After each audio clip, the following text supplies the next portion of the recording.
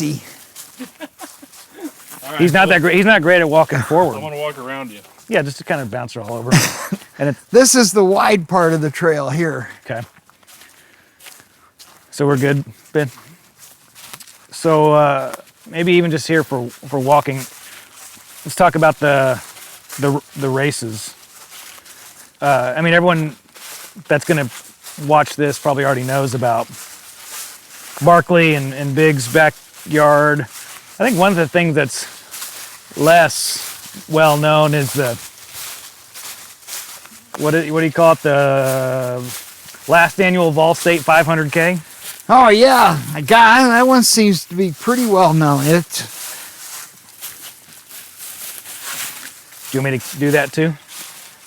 I just normally walk the woods, walk the trails enough. Eventually I want to connect this one. Well, it used to be connect over to the house. Yeah. And then down to this Is part along there. I just need more time. where does Big's happen? We're on it. This is it. Crazy. I don't know how visible the trail is to you, but it's a pretty visible trail. So where's the start and not finish line? Where does that happen? At your house? Those two stone pillars in the front yard. Okay. One that was crudely put together in a hurry that I'll take apart and do, and one that I'd started to put together a little better this year. Yeah.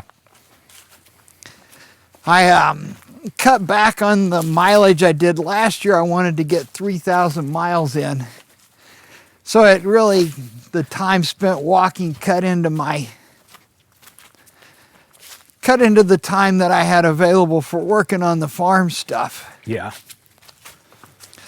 And then also spending April, May, and August walking across doing other sections of my Transcon. Ah, yeah. Are these your course markings? Yeah, originally it was all marked with pink flags, Yeah. but they're not really necessary anymore.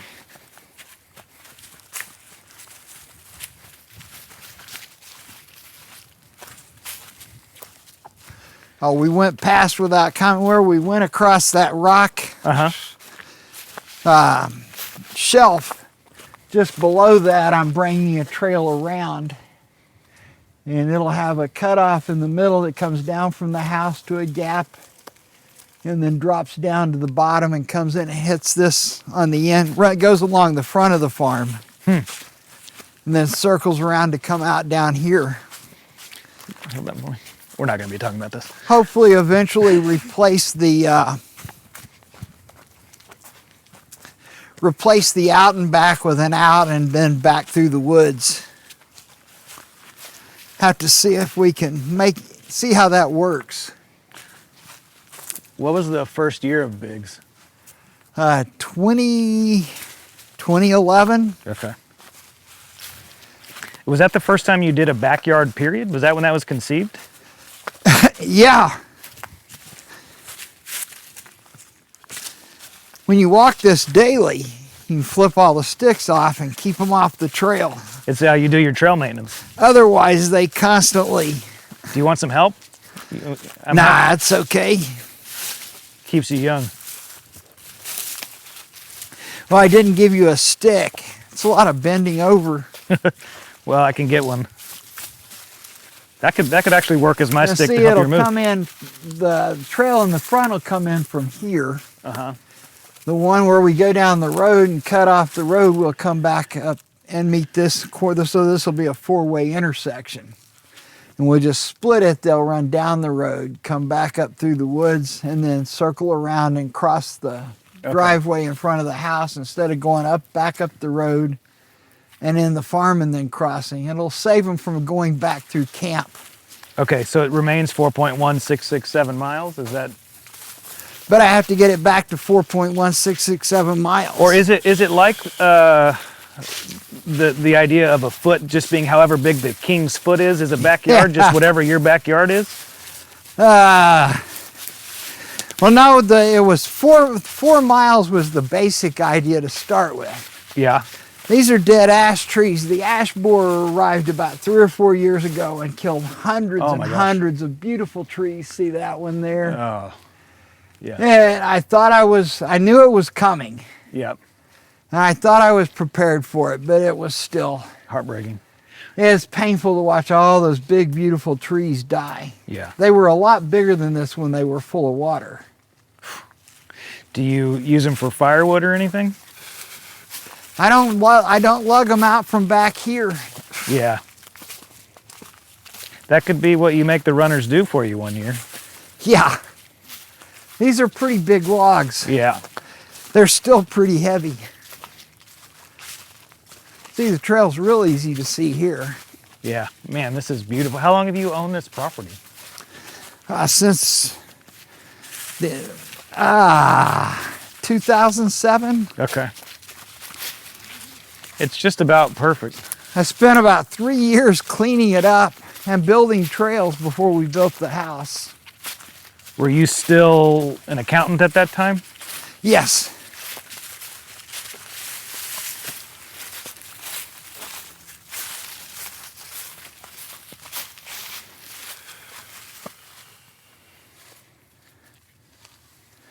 Did you know that birds will find those cigarette butts and incorporate them in their nests? I did not know that. Yeah, the nicotine is an insecticide. Oh, They fledge more, it kills the mites and parasites in their nest.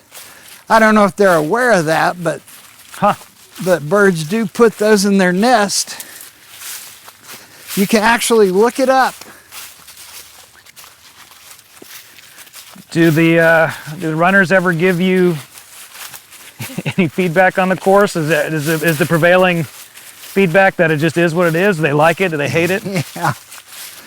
I think the trail runners like it. It's not hard enough to just destroy you, but it's harder than running on the road. Yeah. So you get faster laps at night when we go to the road.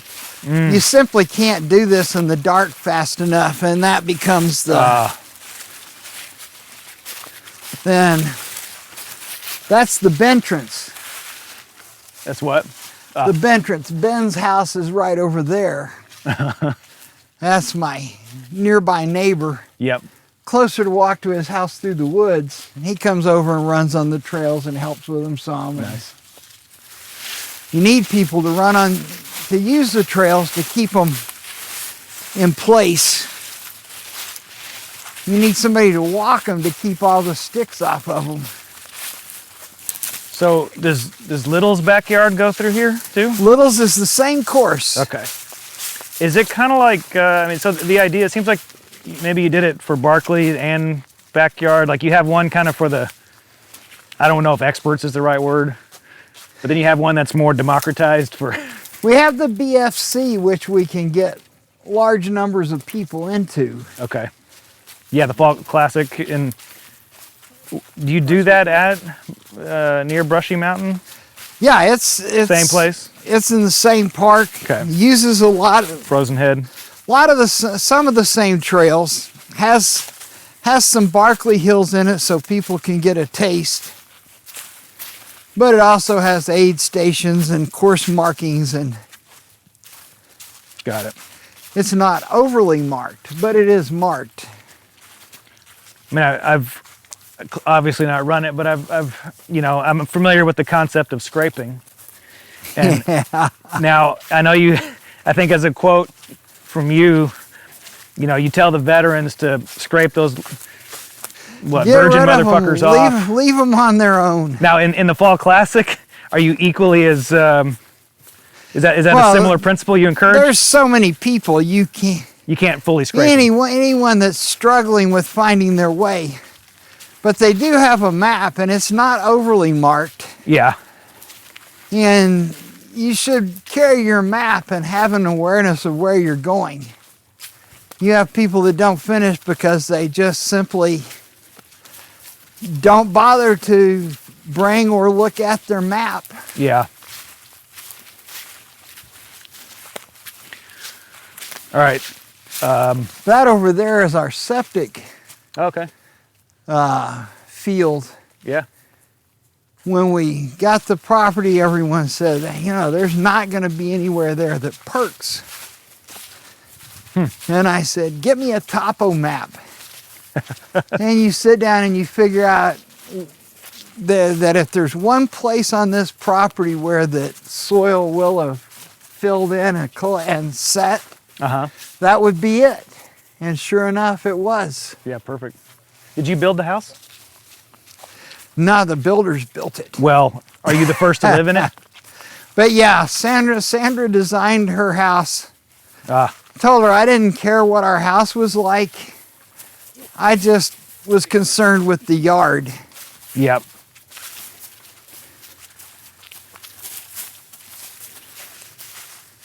Let them go, right? So back when you did Watch out here. The big one.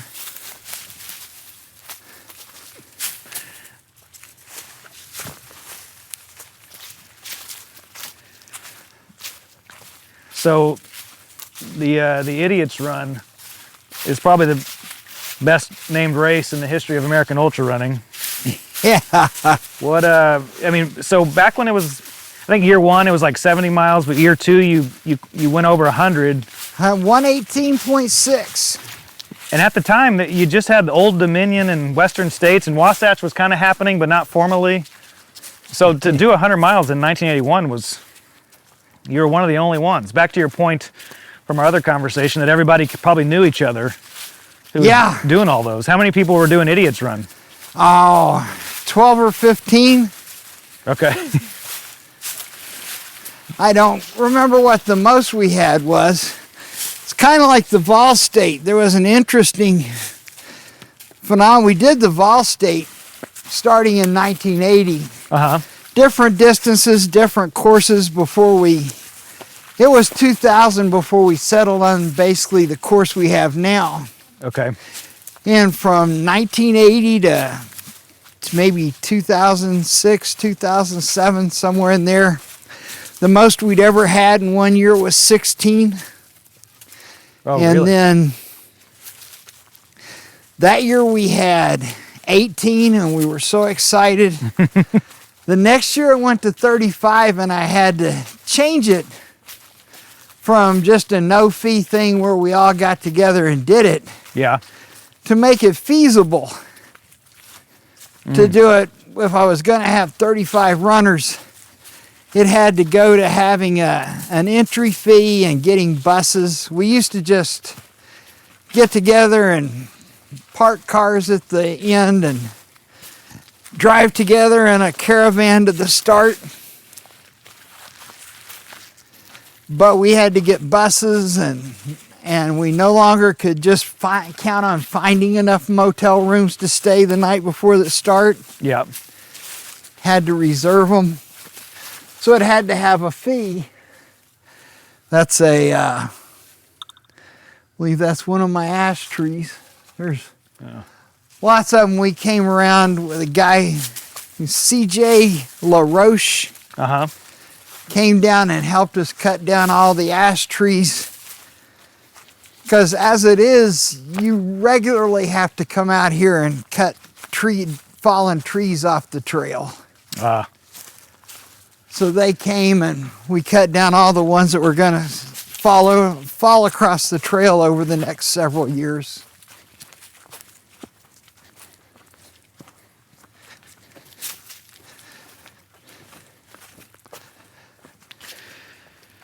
So when the Idiot's Run, you killed that one when they started paving your trails and paving your dirt roads? Yeah, they were paving all the roads. It wasn't fun anymore. Yeah.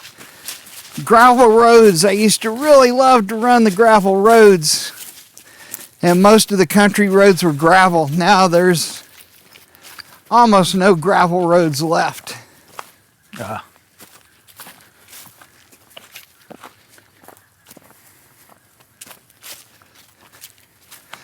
You do have to watch your feet through here. Yeah.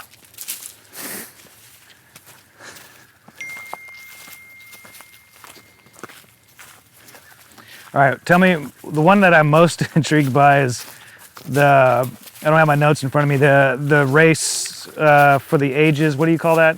ARFTA, a race for the ages. Yeah. Although some people say it's a race for the aged. We usually have around 40 runners in it that are over 70 years old. Okay. That's amazing. How do you do the handicap? Like how do you You get the number of hours that you are old. Oh. When I thought of that idea, and then I dug out all the age, I thought, that might work out pretty even. And so I got those age-graded performance charts and kind of did some calculating and thought, yeah, that's pretty damn even. So the race ends at noon on Labor Day. Okay. I see. And then it has, last year the oldest guy was 93. Really? So the first start was 93 hours before Labor Day. And then every hour you bring in the next batch. Okay. A lot of us old guys, I'm going to try this year.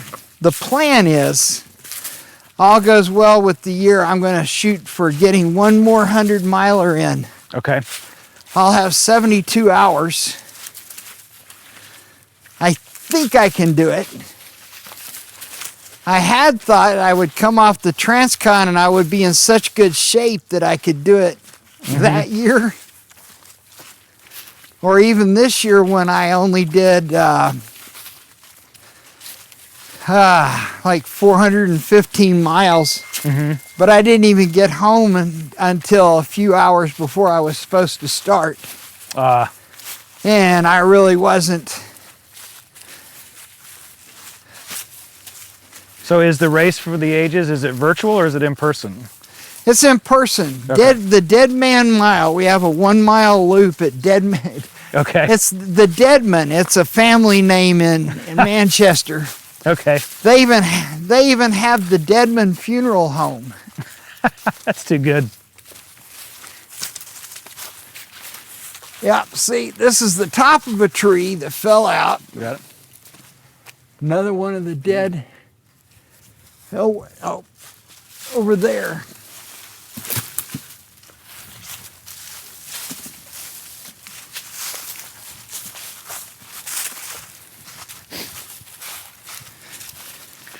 So the Deadman. So we have the Dead Man Mile. Pretty damn It's good. a 1-mile loop. We have timers. Some of the guys just come to get together with the old gang and they do a few hours a day and sit around. We have several little campsites, the little tents down along the river, and then there's some back under shade trees and some around the start-finish area. There's 3 or 4 little encampments that they can set up in.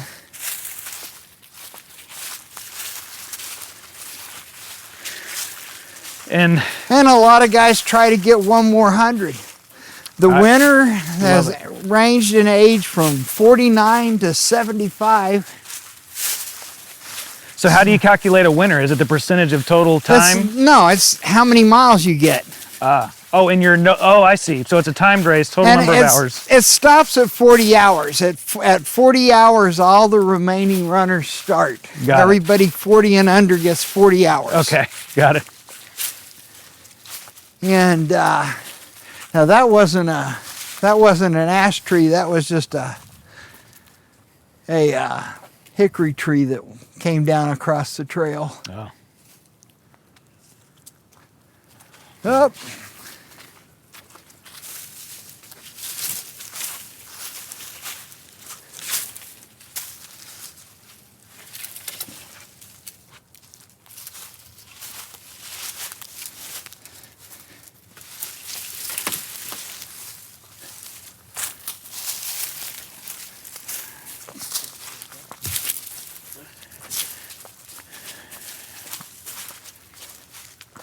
So was the race for the ages, was that a concept with yourself in mind? Yeah, Well, myself and all the other old guys, we can't make time limits anymore. Yeah. But we still like to play. If for the younger guys, if they want to come and hear stories, it's a good place to do it. Yeah. And a lot of people do it because it's a chance to get 100 miles that maybe they can't do 100 miles anywhere else.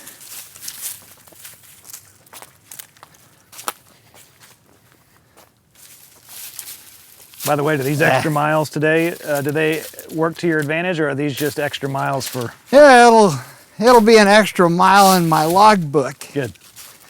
Because we're doing a mile loop, and then if y'all want to go further, we can go further. Oh, this is great. I mean, this is about as good a weather as anyone could hope for. Yeah, if I get the chance to walk in this, normally I would just have too much work to do. Yeah. The backyards have become the beast that consumes all my time. Yeah. Need to turn it into something viable. Is that a financially viable or operationally viable or both? Yeah, because it requires so much time. Yeah. It really needs to be able to pay some people to run it. How do you tackle that and still preserve what makes it what it is? Yeah. Well, the backyards themselves are just, there's things that inherently, it's a very social event because everybody's together every hour. Yeah. See, when we found these bridges out in the woods, we knew the trail had to go that way. I think these were built by the Indians.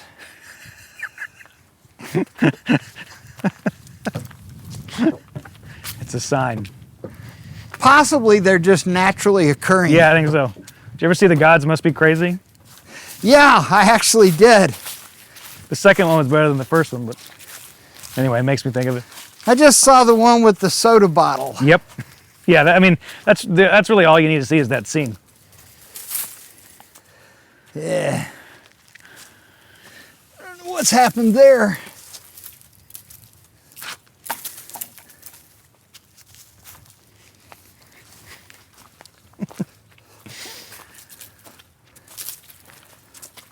A lot of these great heritage races in the United States, I start to worry about what happens when the founders are no longer in charge. Yeah. Well, Carl has been taking over the Barkley Okay. and the Vol State and the Hots. A little at a time. Yeah. His parents had, raised him with lots of bad habits. You have to get rid of unproductive traits like empathy and... Right. My generation brought too much empathy to the sport. Well, this one's going to take a chainsaw. Oh, wow. Is this new?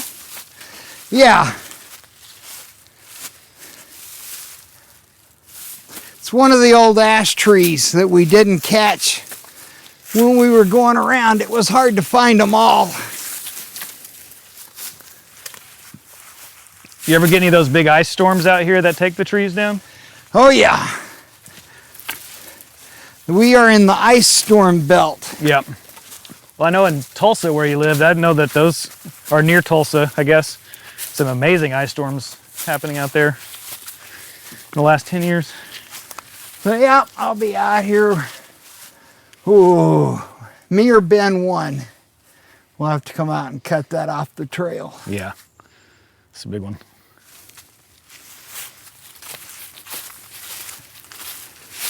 Stop behind this tree and pee. All right, you do you. We'll wait for you up here.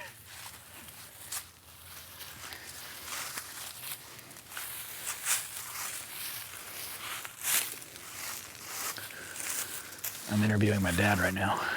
It reminds me so much of my dad. Did you get the PT? No, I'm not gonna pee with Laz.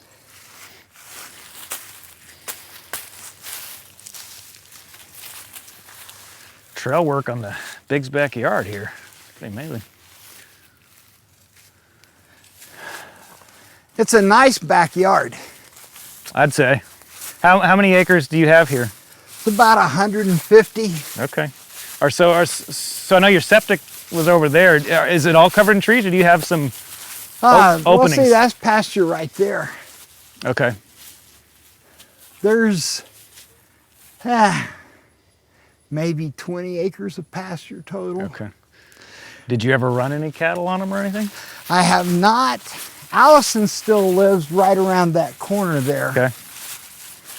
She's the lady that originally owned the farm, Okay. and we bought it from her piece by piece, and then when we bought the last piece where that she lived, just so that, you know, she couldn't die, and someone turned it into a subdivision, Yeah. Well, I mean, that's the problem. then we bought it. It's written in that, you know, she's just lived there as long as she wants, and I don't go on the part where she is. Yeah. If she decided to leave, then Mr. Stevens, who's over there, we would fence off the pasture and put cattle on the rest of it. Okay. Oh yeah, because I guess if you're not fenced off, you can't run cattle on it. But I mean, that's the exact thing when, you know, bringing it back to ultras. You know, my grandparents had 40 acres in Aledo, Texas, and when they died, it's now a subdivision with like 30 homes on it, each getting their own acre. You know, it's good for them, but that's my same worry about all these great heritage ultras that people are taking over or they're buying. Like, it's most people who are doing it are for the professionalization of the sport. I don't know, unless it's like a nonprofit, but even still, Western States being a nonprofit, I would say that they embody what I personally don't want to, not dying to see happen. Yeah.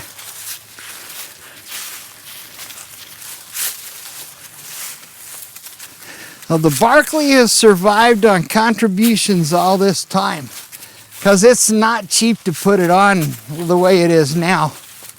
The old days runners, where that all you really wanted was camp and run, but now there's all the various bells and whistles. What do you think's the most surprising line item on your budget? Oh, I don't know. You have, how does it cost so much? Of course, you got to deal with the park, but our license fee is not that much. The BFC is a lot more significant. Yeah. And you got to buy and transport the water. Putting out the books set out is a lot of money. Toilets are always the most surprising for me. Well, up until this year, we've had toilets at the park. Oh, okay. This year, the campground, well, after they built the campground, when we started having it, there was no campground. But people didn't need much.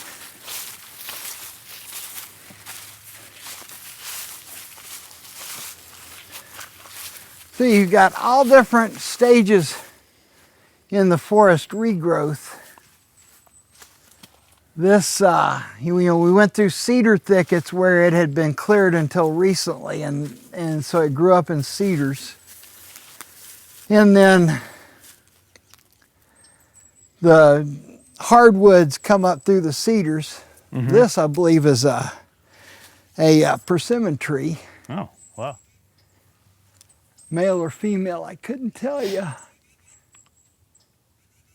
Me neither. Probably male. I don't see any persimmons hanging on.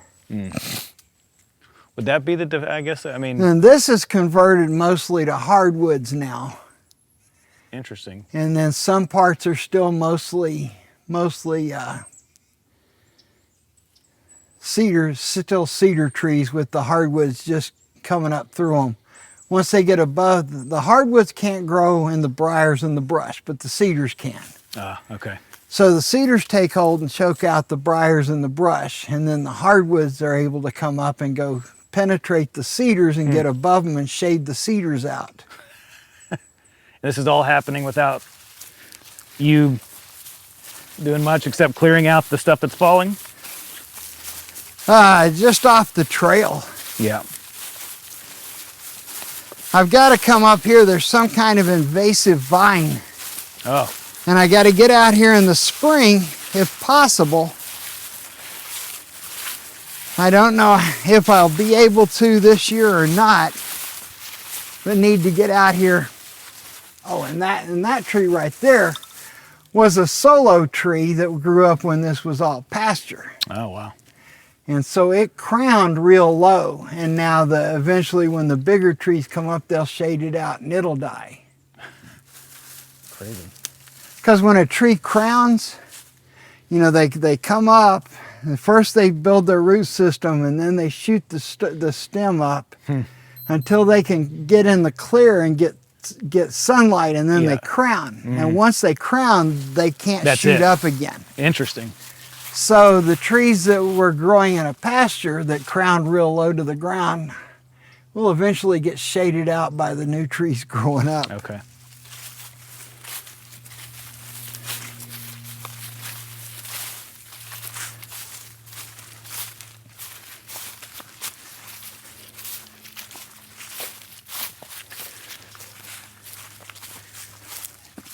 Do your kids have any interest in race directing? Amy put on the Strolling Gym one year, but I think basically not. Now this is an old road we're on, and it goes on that way. An old road? Yeah. You can't see it? I mean, no. I'd like to say yes.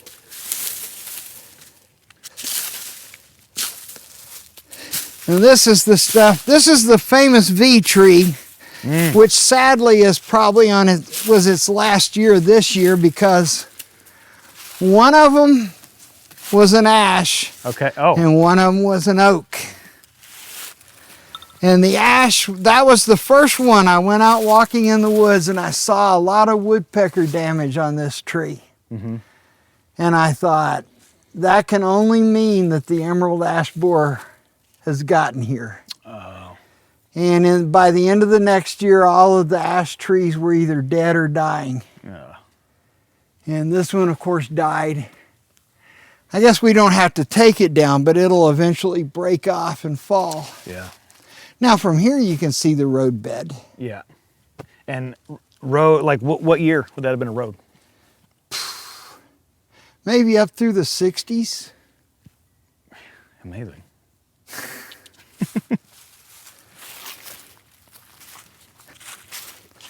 Then see, this was all clear and has been grown up in cedars.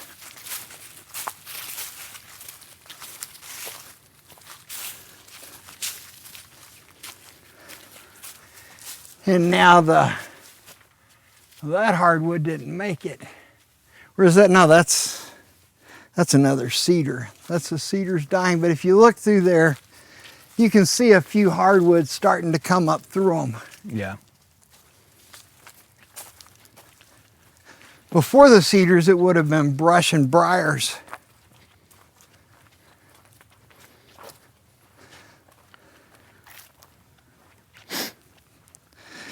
You got lots of deer tracks. Not much else. It's a really sad thing. We had a mossy oak conservationist move in. Okay. From property over on that road. And it was up for sale, and you're thinking, oh God, it's going to end up a subdivision. And this guy, he bought it. Oh, he bought it to hunt on. I thought, this is great. Yeah. I'd rather had a subdivision, because he believes conservation is killing all wildlife except turkey and deer. So he has slaughtered the wildlife and turned my forest into trees. Wait. All the raccoons, the possums, the bobcats, foxes, everything that lives and breathes, he slaughtered it all. On behalf of the trees? For turkeys. For turkey? Why is he prioritizing turkeys? Well, he has a feeder. Okay. This is the new breed of hunter, and I don't think it's a hunting at all. Of course, you kill all the wildlife, so there's everything but turkey and deer, so there's no competition. No competition, yeah. And then you get you a little stand, a little heated blind, Yeah. which is like just a little heated round hut that's up on stilts, so they can ride. They've set up a feeder outside of it that feeds grain It's not a sport. to the turkey and deer. Yeah. So come hunting season, you ride your ATV out. You do have to climb those 2 or 3 steps to get into your heated blind, and you sit in there and in the warmth And they just come to you. and look at your phone until you hear the deer or the turkey at the feeder, and then you shoot one. Yeah. It's a lot more challenging to raise cattle. Is this a fair analogy for the new age of ultra runners? God, let's hope not. They're awfully needy, but that's just because it's encouraged. Well, I think the industry, there's a lot of money to be made off that neediness because they've created these new problems that they're also able to solve through better. Now, the biggest problem is there's a whole set of things, and at the summit of it is, of course, making time limits so soft that anyone could do it. Then the drop downs, so that even when people fail, you can claim it was somehow a success. Yeah, the mid-race drop down. Yeah. The drop down is a sin, a crime against nature. What do you think is lost by implementing the in-race drop down? Well, it's among the whole set of things. A time limit where you can spend 3 hours sitting down and still finish a 50K. Right. But they're people have good intentions. They don't want anyone to fail. Right. But if no one can fail, then no one can succeed. Yeah.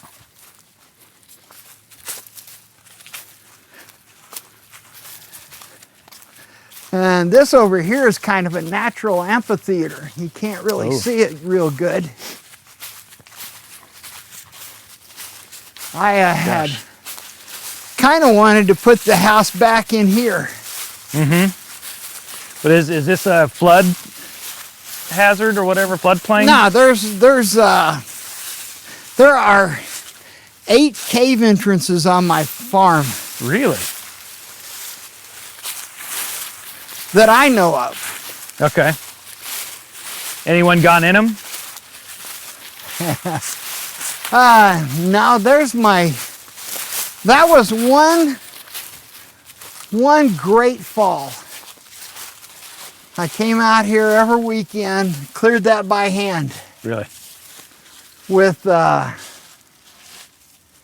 my tools, my hand tools, and my radio, and listened to football games and cut down trees and cut out the stumps. If you bulldozed it out, then you tear up your soil that would perk. Yeah. So you have to take it out intact. It was a hell of a job. Who were your football teams that you were listening to? Whoever you can get on a radio down in this hole. So you just like you like football enough to listen to whoever you can get? Yeah, you listen to the Titans a lot. Yeah. Are you a Vols fan? No, I'm not as much of a fan. I think I'll root for a team. Yeah. But not because of the team name, just because of the composition of that team. Yeah. I want to take you a little bit longer way. Okay. If you don't mind, we could go straight up the hill and back to the house. I live in Paris and I don't ever get to touch dirt or grass. So this is brilliant for me. Much less sacred dirt and grass, you know? I have to spend a lot of time out here on this trail. I will this will be the first year to work on the trail with no dogs to help. With no dogs, is that what you said? Yeah. Yeah. Unless something changes. Is that a possibility? I would like to eventually. I don't want another puppy, Yeah. because its life expectancy would be greater than mine. Okay. But there's lots of old pit bulls in shelters, Yeah. because pit bull puppies are like $2,000, and your old Really? pit bulls are I had no idea. free for the taking. You would have to spend some time, but that's why the older ones are free for the taking. Yeah. They're the best dogs in the world, but they need time. So from over there where I pointed out the old road bed, Yep. make a trail that eventually cuts across and comes along this rock outcropping there, and joins back to here. There were several cave entrances that we walked by without me pointing them out to you. There's one right there. Oh, wow.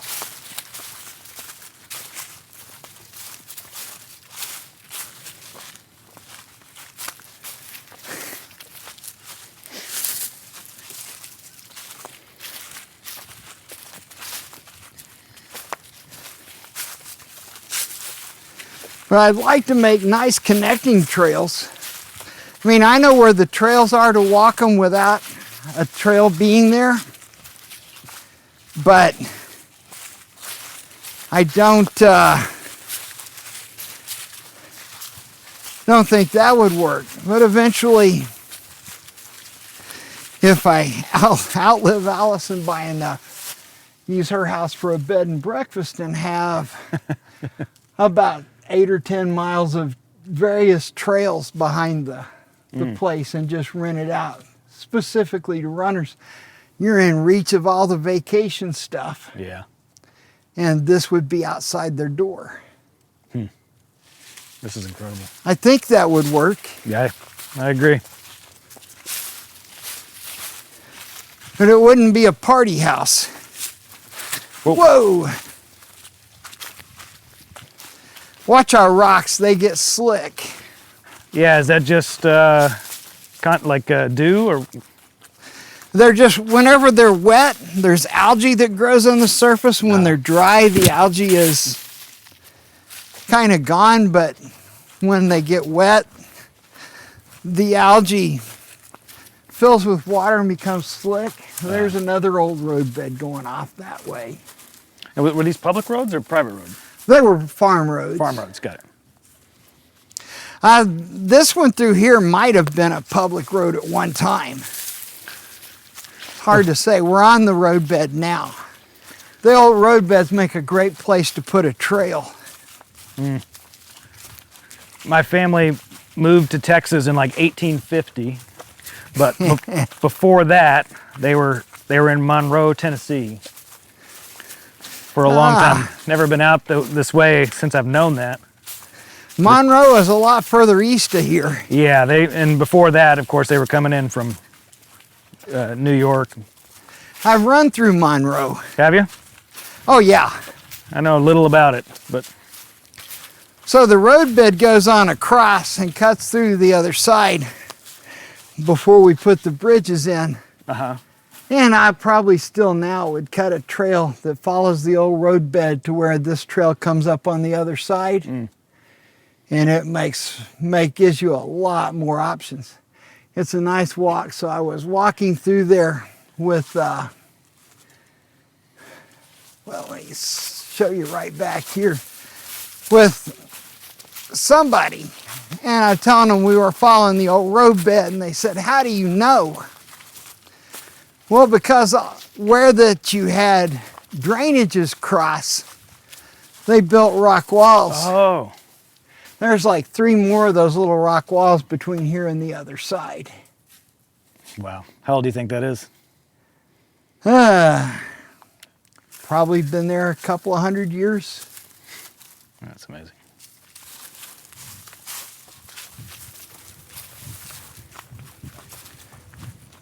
So before we made it a place for people to vacation, Yeah. making this connector here really opens up a lot of opportunities for different routes of different distances.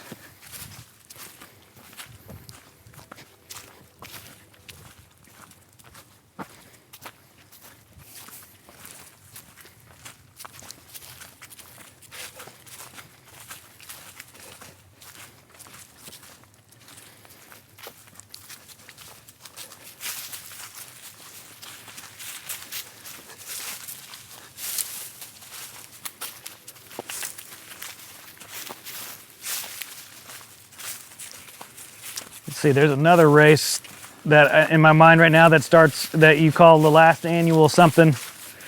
The last annual Heart of the South. Yeah, the last annual Heart of the South road race. What's that about?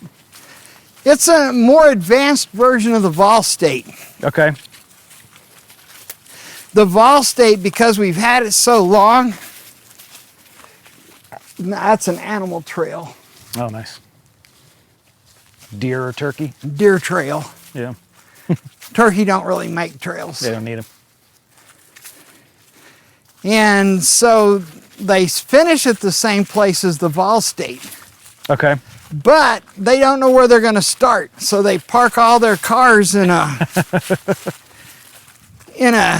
hayfield or cornfield up on top of the mountain and get in a tour bus, and they don't know where they're going. So it's an exciting ride. Everybody's tried to guess where the race is going to start in advance.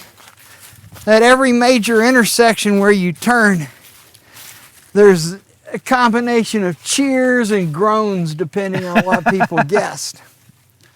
That is called a cedar bald. Oh, this right We're here? on the very edge, the bare spot. Oh, okay. We're on the very edge of the cedar bald country. It's a unique place where the soil is so thin even cedar trees can't grow. On the other side, there's a lot of cedar glade where the soil is too thin for hardwoods, but only cedars can grow. Yep. And with the soil temperatures get to like 160 degrees in the summer because the rock is right under the surface. Yeah. So there's specialized grasses and plants that only grow on the cedar balds. That's cool. We just have a tiny little bit of cedar bald country here. Less than we would have if, before that there was fire control. But there's a bunch of them scattered out through the cedar trees there. Hey, can we get you guys to stop right here and let's take a photo? Oh, yeah. It's a great spot. Something like this. Yeah. Does that sun behind us work? Or? Let's flip it around actually, and you go your back. Okay. Forward. Just right here? Yeah, just right here. Okay. You're fine, Laz, right there. Don't trample the moss now. Oh yeah. And never pee on the moss. Pee at the base of cedar trees because it doesn't harm I them. learned from the best a few minutes ago how to do it. 1 sec.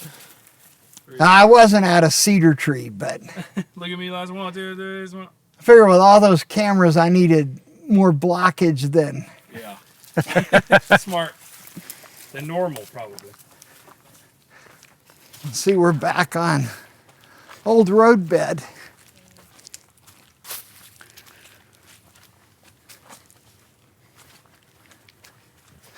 Do you think all the way that you design a race, is that expression of creativity more than anything?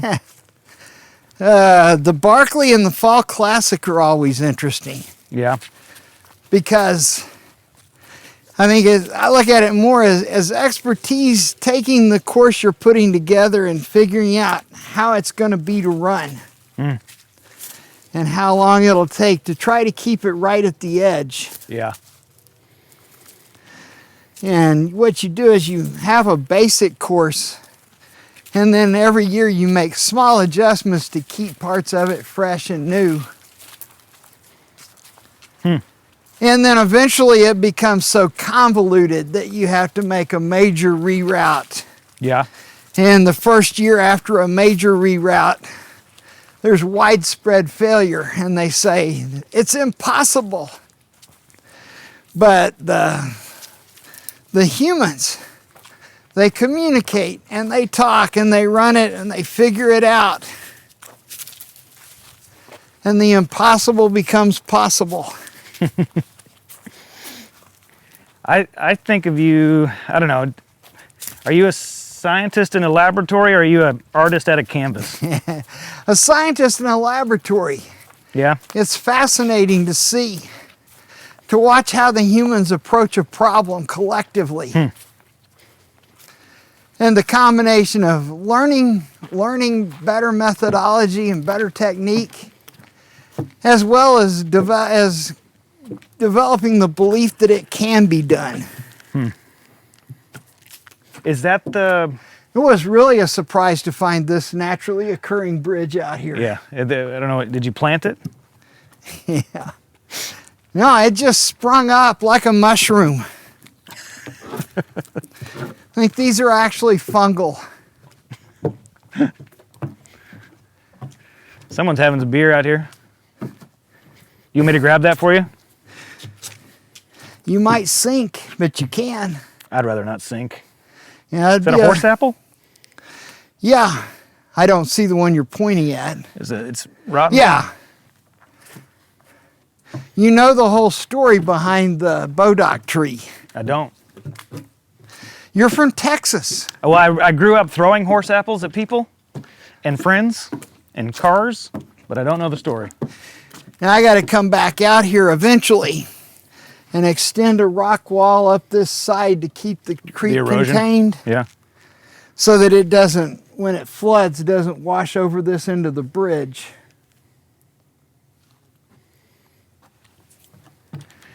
But when you have a farm, you have limitless things to do. Yep. So that...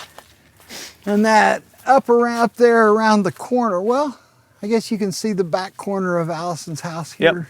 Yep. Yeah. And that's a big old tree. It's beautiful. They had a pond that they built over there, but it didn't drain enough territory. And it's problematic to have ponds here because the land is riddled with caves. So all your water will drain out. Yeah. But I've thought about along that fence line where there's kind of a low point, maybe building a dam. I'd have to dig some out to make it where it could get deep enough. Yeah. Where you could have fish. But I think I'm going to age out of that project. Yeah. They let you do that sort of stuff out here? You got to have permits, or is it your land? And you get to kind of do stuff like that if you want. Depends. Who knows? So that part that you said about the human component of everyone working together to solve a problem, was that an intent or was that like a bonus? No, it's something you see. Yeah. It's like what people have done with the backyard. Yeah. It's a combination of people learning how to... The technical part of backyard running is not the running, which everyone thinks of. Yeah. It's how you utilize your few minutes in between laps. Oh, interesting. Okay, And a lot of it is when I have the little dogs, or when I go to just a regular, fun, recreational backyard, Yep. the first few laps, everyone between laps, they're shopping the food court, looking at the aid tables and standing around talking and chatting. And later on, of course, they're all finishing the loop and collapsing. But if you go to Biggs or one of the big elite runner events, Yeah. they finish the first lap and everyone is down. because you're going to be here a long time. You're going to have a lot of time on your feet, and every minute off your feet is worth its weight in gold. So 4 miles in, Harvey's sitting down. Yeah, as quickly as possible. And are they pacing themselves like in an obvious way? Is someone like Harvey running every yard roughly the same pace? They run a lot of them the same pace. Yeah. You throw in some quicker ones sometimes. You might do some slower ones because you're going through a rough stretch. Yeah. You get your landmarks along the way, and you know. Whoa, where you need to be at any given time. Is that a foot track? I gather. I don't think I've seen. I miss Big. Big would tell me where the poachers came in, where the poachers set up. Poachers? Oh, yeah. Just killing deer without permits? You realize, of course, that everything outside the city limits is wilderness. Yeah. At our old house on Union Ridge, we had, there was a lot of woods behind us. And then we had a little field behind the house, maybe 40 yards across. Yeah. And I come out on the deck for my morning cigarette, or start to come out on the deck for my morning cigarette, and lo and behold, there's a guy standing at the back of the yard with a gun, hunting deer. So I went back in and I got my shotgun.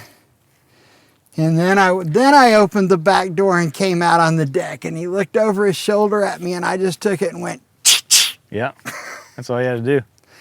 And he turned around and he started walking towards the woods, and every step was faster than the step before. Did you ever go snipe hunting as a kid? No, I directed one or two. Yeah, I was the recipient. I'm reading Lord of the Flies right now, so I was thinking about this recently. I was the recipient of that, of a snipe hunt. It was to this day. So that was like where it ended when I cocked a shotgun, and it turns out there were people hiding in the bush. There's, this goes all the way around. What kind of tree is that right there? The little one? Yeah. That's a cedar tree. Okay. It could be 100 years old. It's, that's really basically a half cedar barren and half cedar. See, it's cedar barren going on across. Yeah. They did bush hog this and keep it in pasture, but the rock is so close under the surface, it just really wasn't worth anything.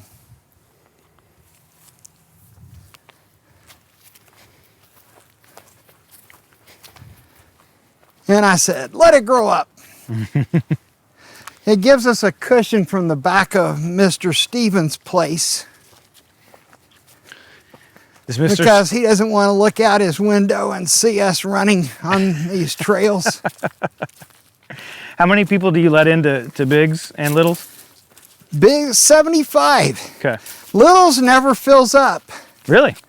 I don't know why, but then people will say, well, I wanted to, but I didn't think I could qualify. Oh, qualify by entering first. Yeah. It's just a fun race. So if you go straight on around, you can kind of see where Mr. Stevens' house is. Yeah, I saw that over there. You can see his outbuilding there. When we first built the first layout of the trail, went through a lot more of these rocks we're fixing to go through. But when the leaves came off the trees in the fall, we're looking right at the back of his house, so I rerouted it. People of course, that's his family farm. Yeah. But they tend to they build on the very back so that they're isolated from the road.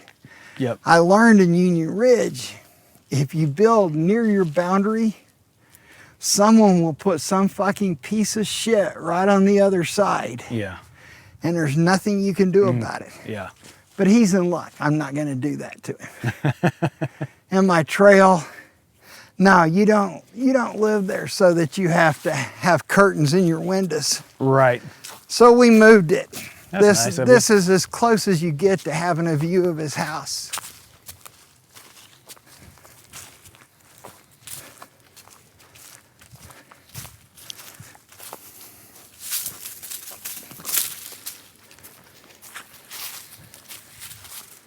You guys stop one more time.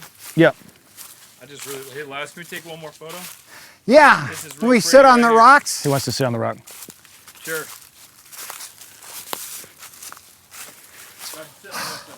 This one? Sure. It's got a bare spot out there just for sitting. Oh, or it goes right up your ass.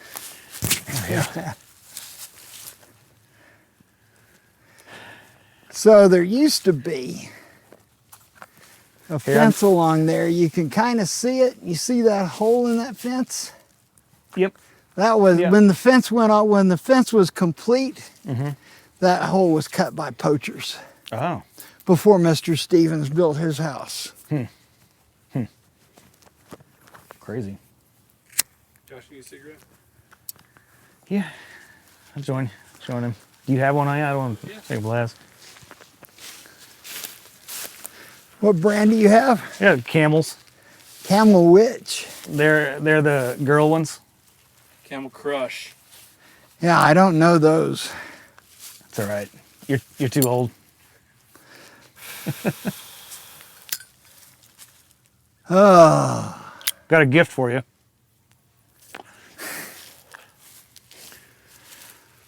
Zippo. I don't know if you ever go for anything other than the $2 grocery store or the. what does it say? It says Hyperlight. Oh, it's too fancy. Too fancy. So I had a cigarette lighter when I was young because they didn't have Bics and stuff yet. Right. And I always carried it in my pants pocket. And I got out and was in the water. Doing what, I don't remember, but I was in the water all day, up to here. Yep. When I came out, it had caused lighter fluid to leak out of my lighter onto my thigh. Oh gosh. And it made a blister that there's still a thick place in the skin there today. Was that in? I was probably 18 or 19. So that was Tennessee. You were in Tullahoma. How do you say that? It would have been it was in Kentucky. Kentucky. Okay. Tullahoma, You were born in Texas? San Marcos, Oh, which Texas State. at the time it was a barren desert between Austin and San that. Antone. San Antonio. Yep. All my mother always talked about was the scorpions in the sink in the bathtub every morning. Yeah.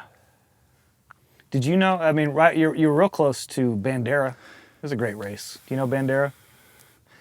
I've not been to Texas much since then. Yeah. Did you have family from? Like, was it just a dad's job? My dad was in the Army. Okay. It Yeah. was Gary Air Force Base. Yeah. Is that why you were named Gary? I don't know, but when my brother was born, he worked at Douglas Aircraft.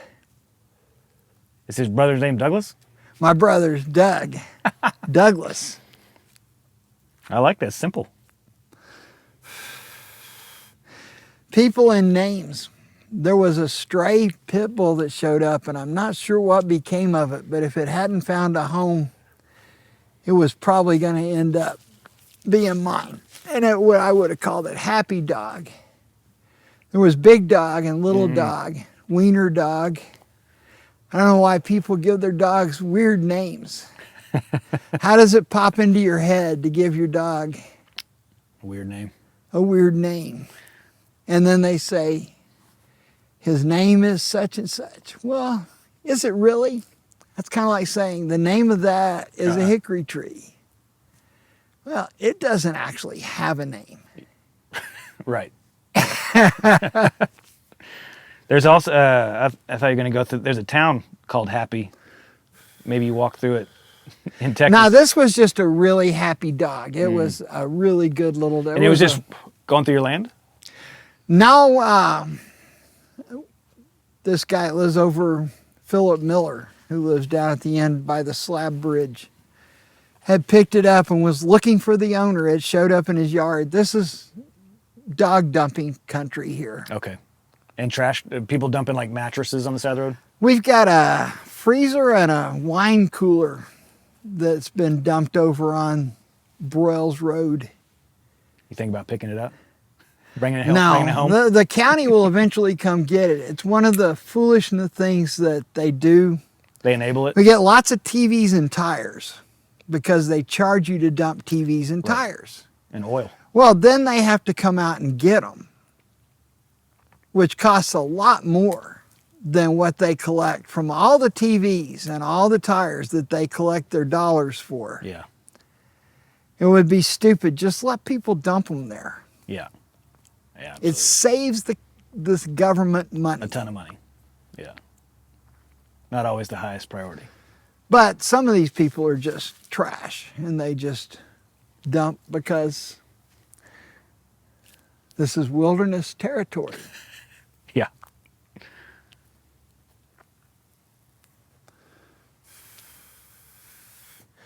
But I walked over here for the next little section because I really like this part of the course. This part of the farm. This is, I mean, it's just all beautiful. Now we're never, and I failed to emphasize enough before Biggs this year, do not shit in the woods.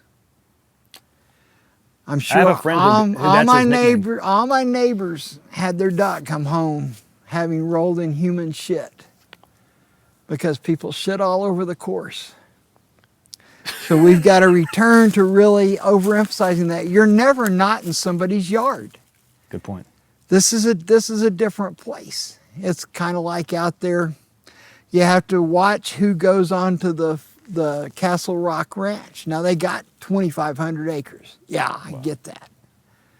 But Still belongs to somebody. it's their yard. They feel the same way as if someone drove across the corner of your front yard when it's a Yeah. 20 foot by 20 foot square. Yeah. This is my yard. I get it. I believe in that.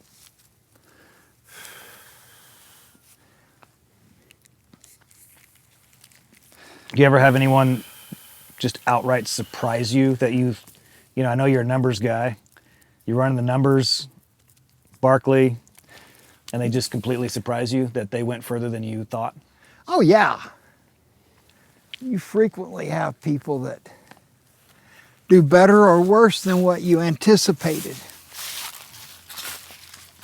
There's a lot of math in selecting the field.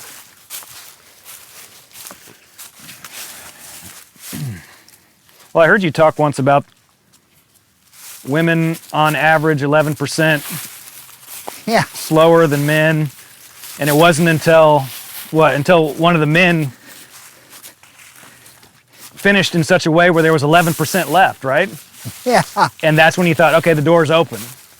Well, no, it would take an outlier among outliers. That was where I wrote that in my notes. Like, I just feel like when you're talking outliers, when you're beyond 2 standard deviations of the mean, it's really hard to make that prediction.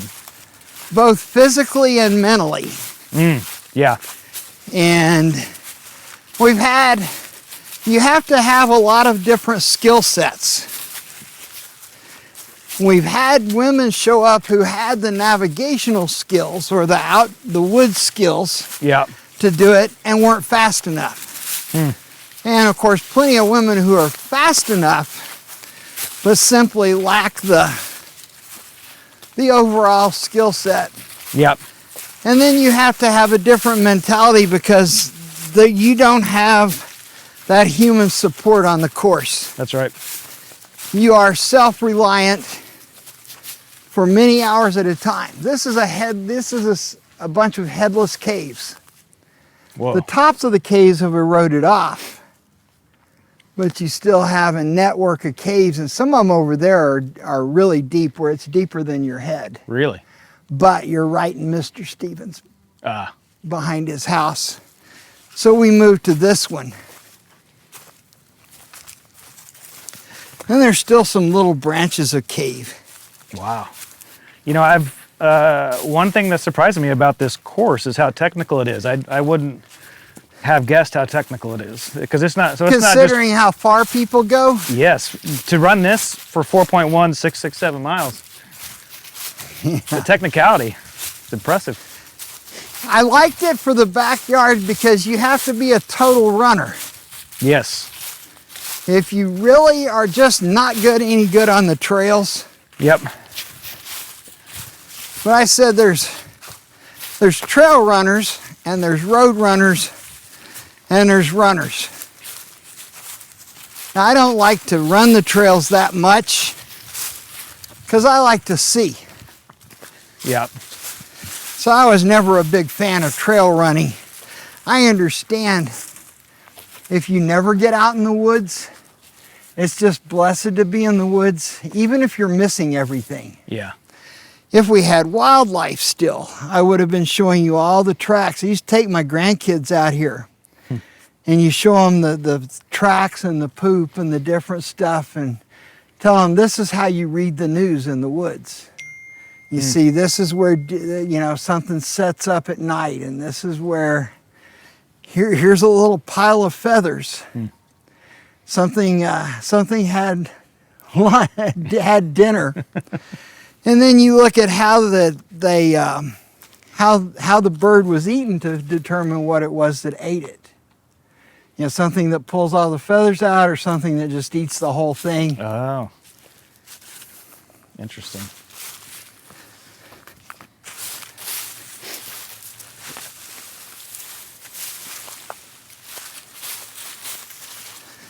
But yeah, this is one of my favorite parts of the farm.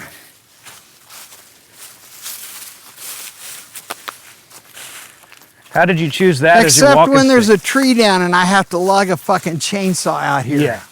God damn. That's a beast. Chainsaws are not designed for lugging through the woods. Watch your step right there. And here. You are going to have one sore ass back when you get home. Yeah.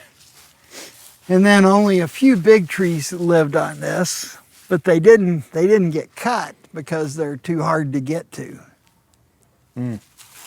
All that stuff is loose. All those rocks wobble if you step on them. We called this the wobbly rocks on the original trail. But we moved it down to go through that little cave so that we wouldn't be in Mr. Stevens' face. Okay. Your neighbors shouldn't have to ask you to be considerate. Fair. And then that's, of course, that's his place over there. Yeah. Beautiful rocks. It is. I mean, it looks like it looks almost like man-made. It's so like perfect looking.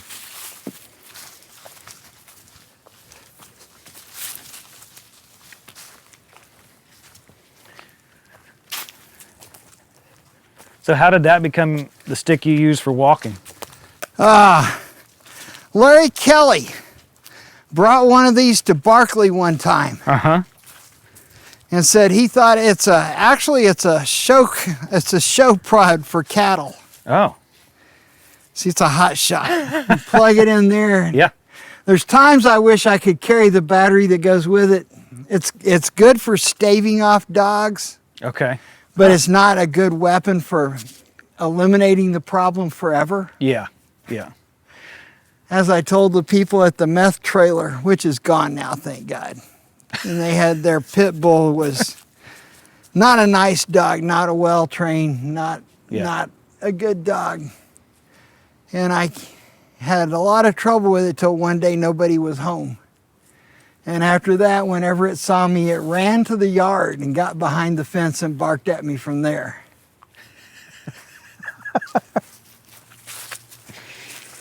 Have you? You don't run all your life in Tennessee unless you just run tiny circles around your house, or you know how to come to an agreement with dogs. The agreement being, this is my fucking road.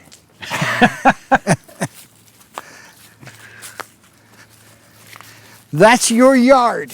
If you come in my fucking road, you better want some shit, because I got some shit for you.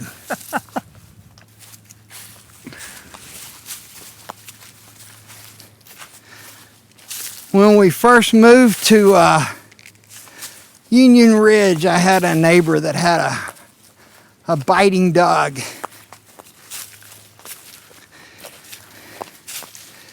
And I went along having to do the thing that I'm sure we've all done. Yeah. The walking in circles to keep the dog in front of you Yes. until you finally get past its house far enough. Yep. Now when you got a good rain, these are cool waterfalls along here. Mm. This is really a scenic stream when it's got water in it. So one day I came by and no one was home. And I circled until I got past, and I went and armed myself and came back. And me and Wally had a come to Jesus meeting. Yeah. So as it turned out, that guy's, oh God, don't put this in there with the name Wally. Okay. Although he may suspect what happened. And so his son played basketball for us, and he was down there. He said, I see you run by my house. He says, you might want to run another way. Well, in front of your house in the country, there's two ways to go. And there's going to be a dog both ways, at least one. And I said, oh, me and Wally have come to an agreement. So it wasn't, just a few days later, I came running past his house, and he was out in the front yard, and Wally was out there. And I come running down the road, and Wally looks up and sees me, and he just takes off and runs around behind the house. And Gary gave me kind of a look. It's like, yeah, me and Wally, hey, Wally's alive. And he's scared shitless of people that wear shorts.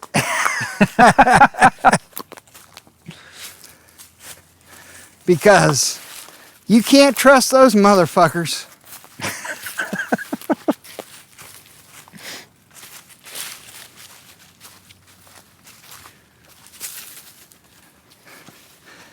I hate it, but you know, if people let their dog run loose, Yep.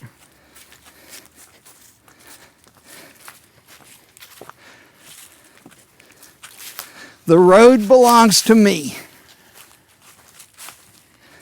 So we were going to clear this out and lay a clear track. Tim Dines came and helped me. There was a huge rock pile here. Yeah.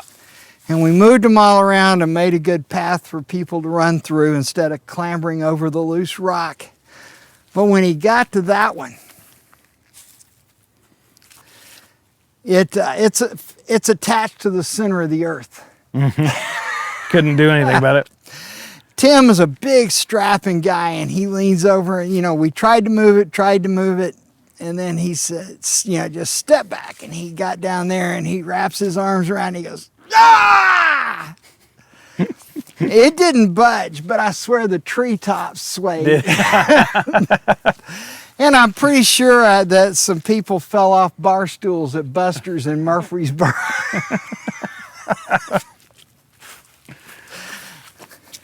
I didn't see the report, but it was probably at least a 4.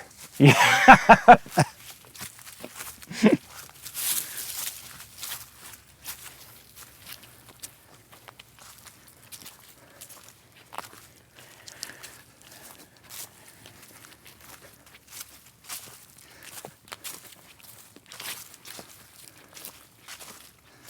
Now this is older forest here,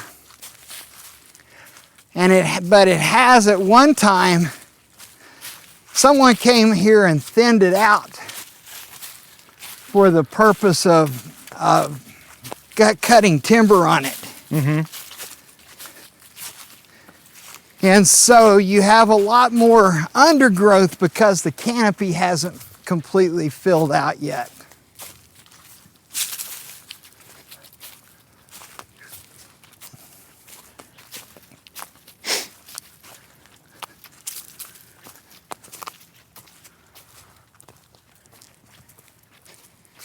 What do you think it is about, is there any special sauce, so to speak, for Harvey Lewis? Like walking this and again, seeing how technical it is and, you know. Harvey Lewis's mental game Yeah. is out of this world. I got to watch him from, you know, he said his real claim to fame was 2 big-time world record assists. Okay. And you thought, yeah, that's, the second one was to Courtney Dawalter. Oh. Who, you know, if I was her in this part of her career, I wouldn't do backyards. Because you got to compete with everybody, which means there's 5 times as many competitors. Yeah. Women can win as much as men, but there's 5 times as many competitors. So Right. but Harvey seemed to be stuck at 68 hours. Wow. And we worked together on how to manage your sleep. And then the other part is having the will to go to the starting line every hour when it's not always fun. Yeah. When you talk about managing sleep, you're just talking about is he going to run these 4 miles enough to give him so he can get 5 minutes of sleep, or? Yeah, but you have to get your 5 minutes of sleep. Yeah. So you have to be able to fall asleep and get back up. You have to know that you're going to fall asleep almost as much as be able to. Ah. Yep. People do what people will do. They know they need a nap, and they lay down for about 3 minutes, and they jump up and say, I can't sleep. No, if you've allotted 10 minutes for sleep or 11 minutes for sleep, you lay straight away down, you close your eyes, and you just lay there. A lot of times you're going to drift in and out of sleep and never know it. Yeah. And because people will say, well, I didn't sleep. Yeah, you were snoring. You were asleep. And the second one is you just developed that. Then he practiced as a school teacher, like using short amounts of time that he had to go in and have a cot and lay down on that cot until he could just lay down and go to sleep. Oh my goodness. Now, I was a natural. Unfortunately, it's a great skill to have. Yeah. To be able to take a nap anytime you're not doing something. Yeah. But it's not the greatest skill to have when you're stuck in business meetings. Yeah, like or becoming like, what is it, narcoleptic? Because we don't manage meetings very well. We have lots of people with nothing to do. Now that's a cool cave entrance there. I spotted that one in the winter. That one's a air out entrance. Okay. So I was walking the trails in the snow, and there's a hole in the snow, and you can see the steam or something. Yeah, the condensation coming out of it. Mm-hmm.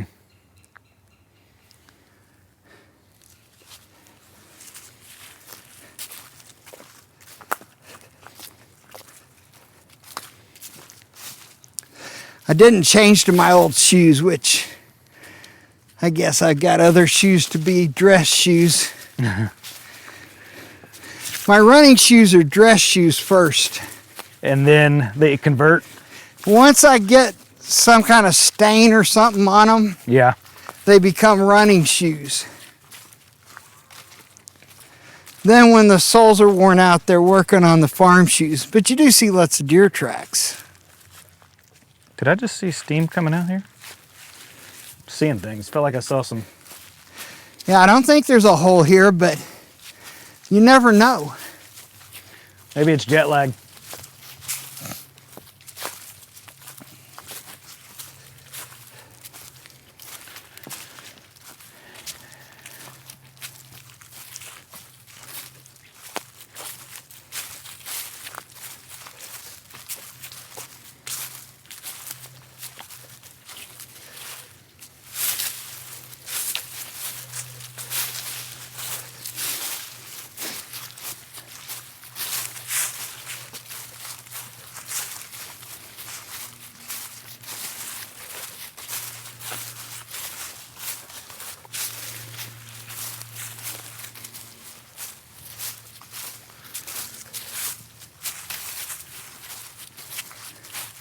So the Bodock tree, it's a relict species. R-E-L-I-C-T. See, there's a huge dead ash tree. I had so many beautiful ashes on this property. I had the option when the ash borer hit, we could have come out and logged them all and got a lot of money out of it.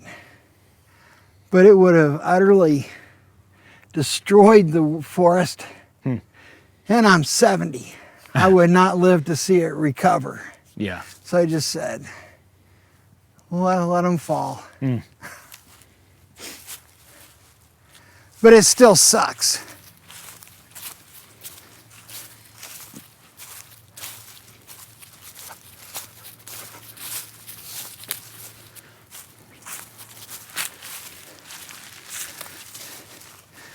You'd be surprised, it's actually quite a bit of work to maintain trails like this. I believe it. I mean, I was just thinking that it's smart to just do this as you go so you don't ever have a big day.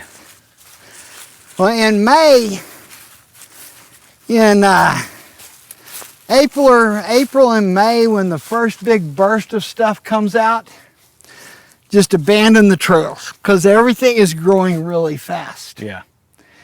And then as soon as you get into late June, sometime in June when it starts to get drier and everything slows down, then you go out and you cut the greenery away. And it's pretty easy to maintain it the rest of the year.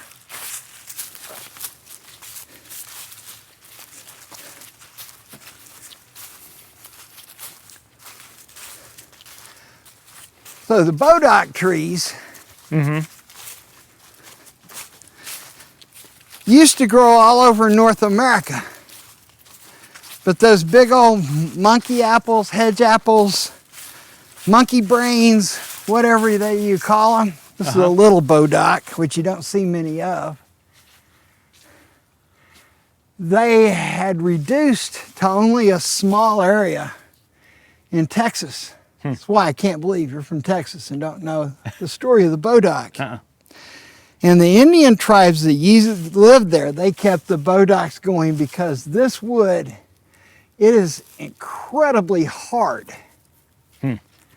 and has great tensile strength. And so Bodock is a derivation of French bow d'arc. Okay. Bow of the tree, or tree of the bow, really. Yeah. And so they made those bows. They have found Bodock bows as far away as Maine. They were traded. This was the Lamborghini of bows. It was, if you had a Bodock bow, it was like a priceless heirloom. It was the very best. So they kept the Bodocks alive for thousands of years. Wow. While they died out in the rest of the country. They live a long time, but there was some big mammal that ate. They think maybe ground sloths, but it could have been mammoths, mastodons. There's no telling what it was that ate those big fruits. Yeah. Every year they grow the fruits, but nothing ever comes to eat them. But a Bodock has something else. Check this out right here. The first like 20 feet, it has thorns. So when the white people came and the population density reached such that you couldn't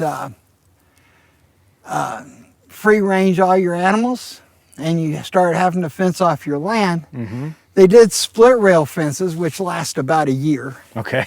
And one of the things they did, those Bodock trees, this also can be formed and shaped. Yeah. And you had the hedgerow tradition from Europe. Okay. Yes. So they transplanted the Bodock back all over the country. See those thorns? Yep.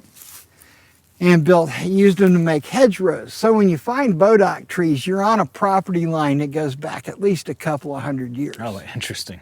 Okay. Huh. So I wonder if that's what in Texas, in the Comanches, because they were known for their bow hunting skills. They could get off 3 arrows in 1 second. Yeah, Off the side of a horse. I don't know if they were great bow hunters, but you know, before we spread the diseases and thinned the population so badly, Yep. there was a lot of trade. And those Bodock, you know, being the tribe that had the Bodock bows, which I guess the Indians didn't, I don't know what the Indians' name for them was, Okay. but they were special. If you cut a Bodock tree with your chainsaw, it'll throw sparks. Really? And you will have to, to get a new chain.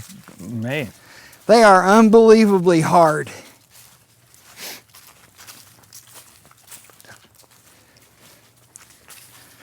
But another cool thing, there's another relict species that you're familiar with and never thought about where it came from, that the same way the animal that used to disperse the seeds is long gone. Mm-hmm. But humans, because they value something about this plant, they have kept them alive till now. And when I tell you, you'll go, ah. The avocado. Huh. There is no mammal living in North America, no native mammal in North America any longer that can swallow that seed. And spread it. But something used to. But the Indians discovered they really liked avocados. And you know, if you've ever done the growing an avocado seed, Yeah. you have to like give them special treatment to make them sprout. Yes. And probably, well, if you're that kind of, have that kind of mind, you've thought, well, how in the hell do they grow in the wild? They don't anymore. Yeah. All of them farms. But humans have kept them alive for 10,000, 12,000 years. Okay, so are you saying dinosaurs? No, it would have been the large mammals. Okay. Dinosaurs was 65 million. Right. Okay, so what was 12,000 years ago? What could have done that? And between 13 and 11,000 years ago, when the human population of North America got big, Yeah. big enough, all the megafauna died out. The mastodons, Okay. the mammoths, the giant ground sloths, the glyptodonts, Yeah.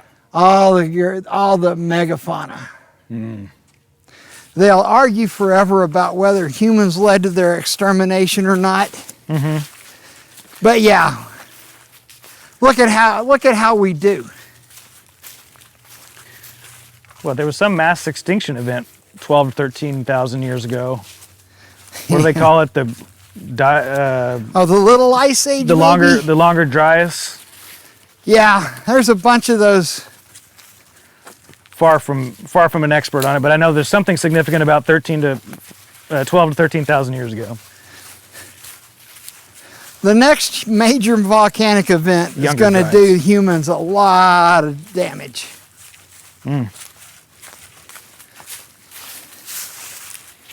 Unless we get the really bad plague first.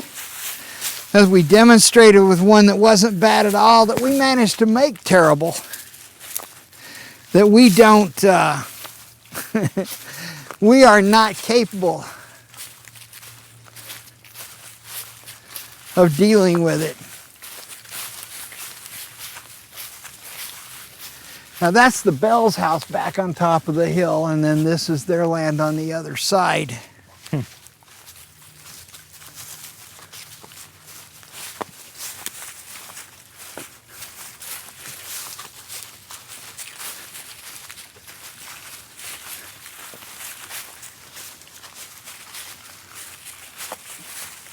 And we haven't gone past their corner yet. We're close to it.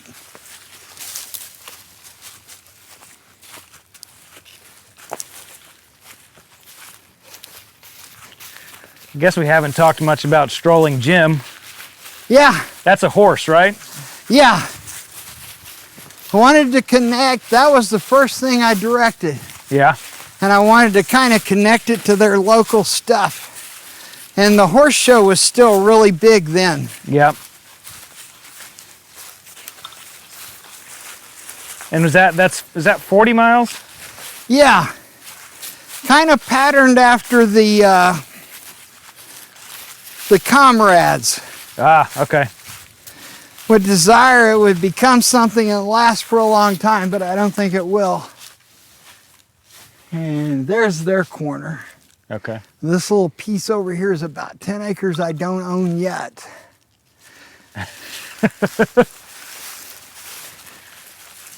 You got plans? Yeah.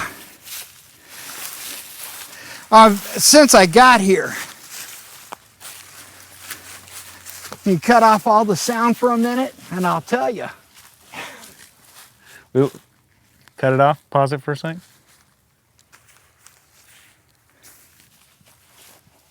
Officially cut it off. Yeah. Can we cut this too? Yeah. Because if you, Yeah, they read you that way, or if they catch you apologizing for something that you didn't do, like standing at a grocery store and someone comes and stands behind you and the person in front of you apologizes for getting in your way. That's how the Jeffrey Dahmers of the world would identify their targets. I realized that at about 20 years old, 20 or 21, and this guy was a preacher. He knew my wife and not me, my Yeah. first wife, Okay. who was always wanting to change. And they arranged a car swap.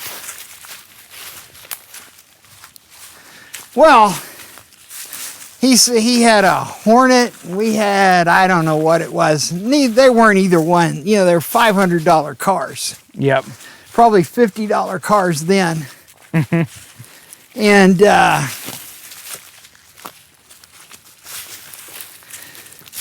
so we signed the titles across and swapped the cars. Get home, and the first thing I find is that in the trunk I have a spare that's flat. Oh, I didn't know the spare was flat. Well, it's got a big gouge in the sidewall where you can't ever repair it, and there's a yellow chalk circle around it. You knew it was Right. you not only knew it was flat, you knew it was ruined. Yep. And then it had some other kind of little hiccup in it didn't figured out it had some kind of a problem running. But this was in the days of simple cars. Uh-huh. Not the computerized monstrosities, ones where that you could actually get under the hood and work on it. And I sat and fiddled around looking at it, and I figured out what was wrong, and it was like $5 worth of parts to fix it. And our car, which had been running perfectly well, ran for about a month and then had like the whole transmission go out of some huge. Gosh. And I thought, there is a God. Because the mechanical problem too, you could tell, yeah, he thought he was dumping all of his problems on us and getting our good car. Yep. But I will say this for John Winston. We have trails also on his property that connect. But for the logic of the piece of property and for the road beds that go across to make trails, and there's a huge section of amphibian habitat up there that Okay. I'd really like to preserve. Yeah. The mossy oak conservationists don't kill all the amphibians. I guess if they went further, they would. What's the elevation gain of this course? It's like, I want to say 450 feet per loop. Man, and how many loops were this year? Was the winter? 104, 108. That's right. Something like that. Yeah. I think it was 108. Gosh, that's insane. It's really far. That's a really great tree down there on the side of the creek. These creeks are all dry, but there's caves under the ground with the water in them. It's not really dry. If you go further up the hill, the creeks come out with springs and then they run down, and when they get just a little ways above us, they sink down into the caves in the ground. So they only run water when the rain is greater than the amount of water that can go through all the little leaks and holes.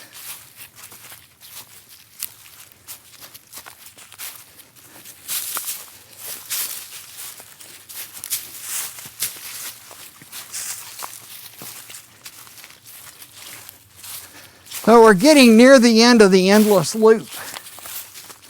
The first time we ran a backyard here, we're really running the opposite direction. You come out and climb that road that we didn't climb and then come around the trail where we're finishing up. That's a nice tree. I agree. And then you go around and you circle back the way we came out. And I didn't think about people not recognizing a place they'd only been 15 minutes earlier. And they circled this loop and then went right back up the hill again. About a third of the field did it twice. We gave them like 4 hours to get back on track. It was the first backyard ever. The rules weren't hard and fast then. Yep. And then a couple of them did it 3 times. It's just, but you know, they just get out here and all they see are rocks and trees. Yeah. It's all the same. It's all the same.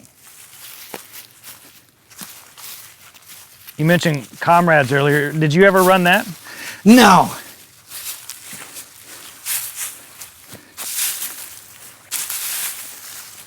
I never thought I'd go overseas. Yeah. Until all this other stuff started and people were inviting me to races. I never had any desire to go overseas, but it's fun to go overseas and go to a race, especially backyards, because, like I say, there's a social. There's a lot of time when you're there and you can talk. Yeah.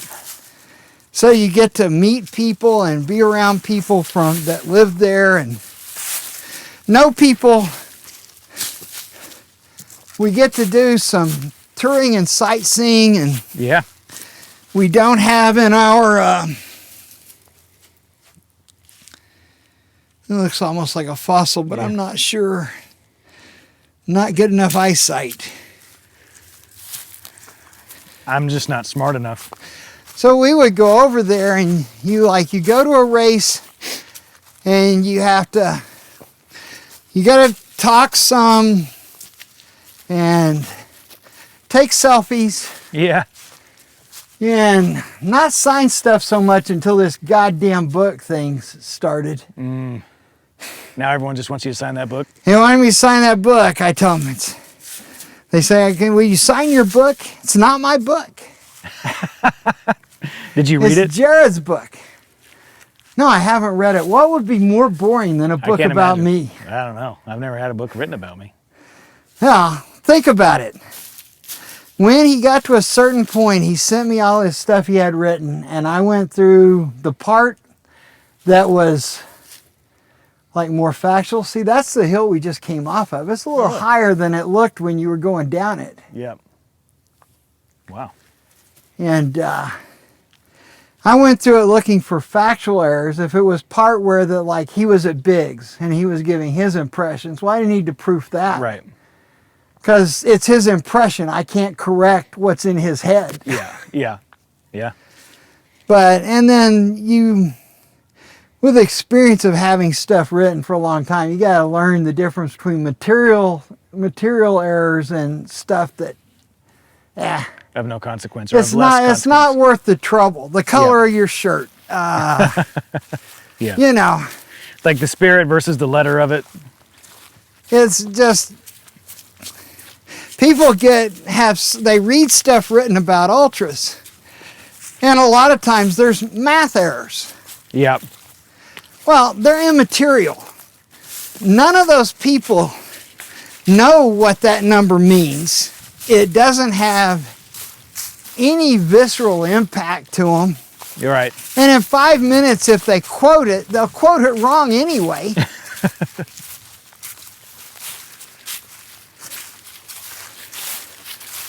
People are funny about distance.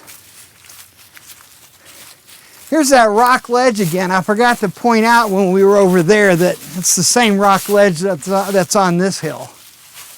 Of course, you can find the same rock ledge. Walking across country, you'll see rock ledges that you can follow in the road cuts for 50, 60 miles. It's incredible. Because you're going up and down, but it's the same thickness of the same rock and the same layer. Gosh, it's beautiful. So this ledge is several places. I was going to go straight through there and connect to some other trails I've got going, and you can circle our little hilltop right on this rock ledge, and it's about a half mile. If it's really, really wet, it's a nice place to do it.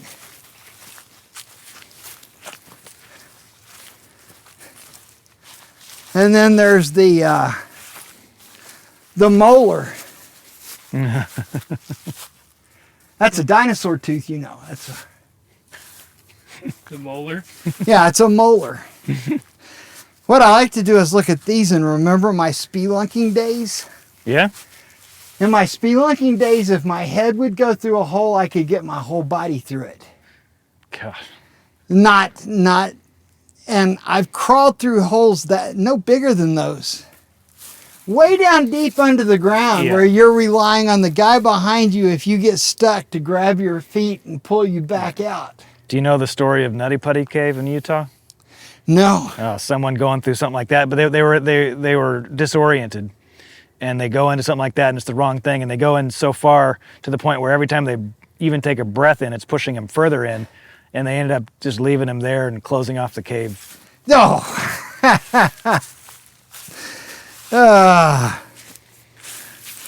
I'm not much of a spelunker. When's he gonna come out? Well, He's gonna be out soon. I went through plenty of holes that when you get between two flat layers, is wide, Yeah. but it's narrow.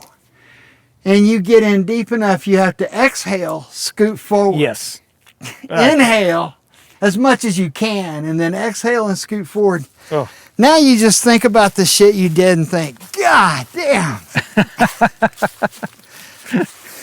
I don't think I would do that at gunpoint. How the trail used to go up along there and really do some winding through the rocks.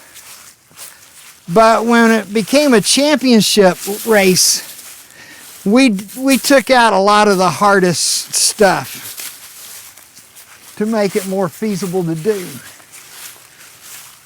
What by definition made it a championship race? You just declared it a championship race?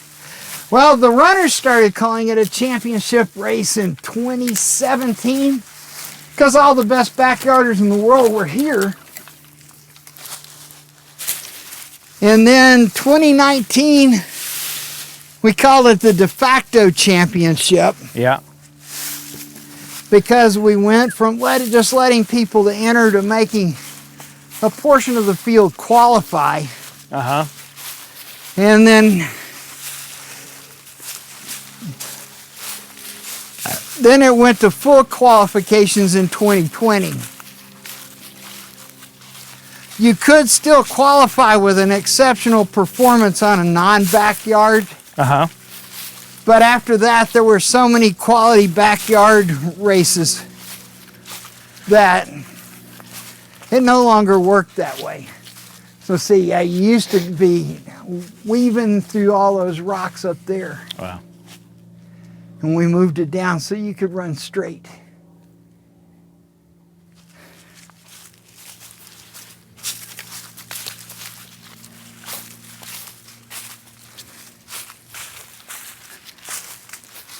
We've done a lot of making the course easier from what it originally was.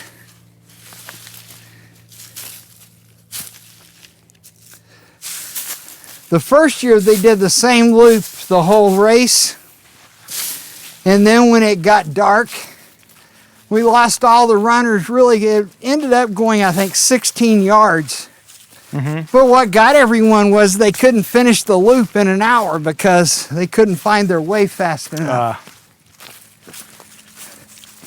So then we did the road loop. But serendipity is your friend. When it became a championship, you think, yeah, that's really the perfect way to do it, because now you can't be just a road runner or just a trail runner. Yeah. That feels championshipy. And there's a lot of, basically the road runners and trail runners, it's in their head.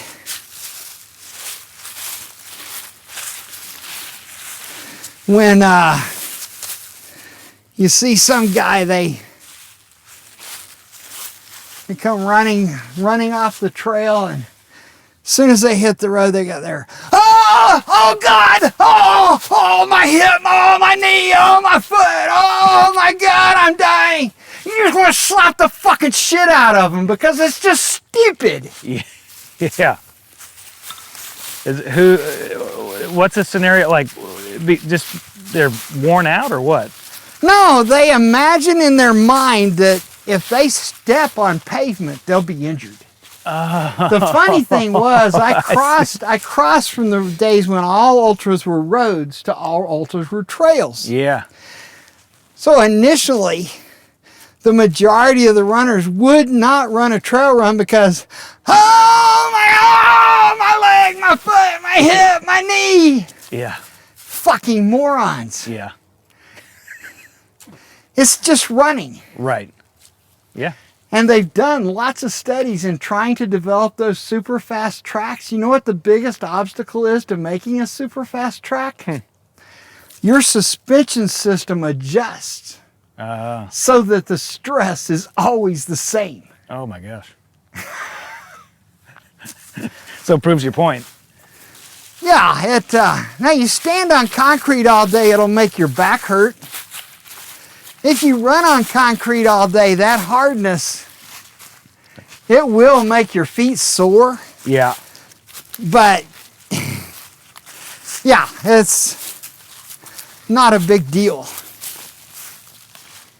So I always say there's trail runners and road runners and runners. And I have the greatest respect for just runners. Yeah. Because it's just fucking running. It's not rocket science. Yeah.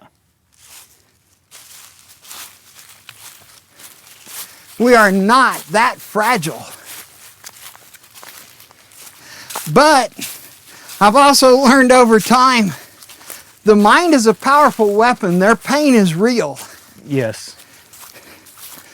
But it's a weak mind, not a weak knee. That's right. To me, one of the this is only a recent aha moment, and that is that all these really great runners don't hurt less than I do. They're just better at dealing with it. And I've learned from time that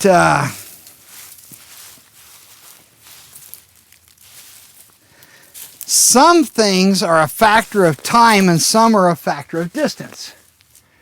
To warm up when it's cold, it used to take me about like 12 or 15 minutes to be just toasty warm, even in really cold weather. Yep.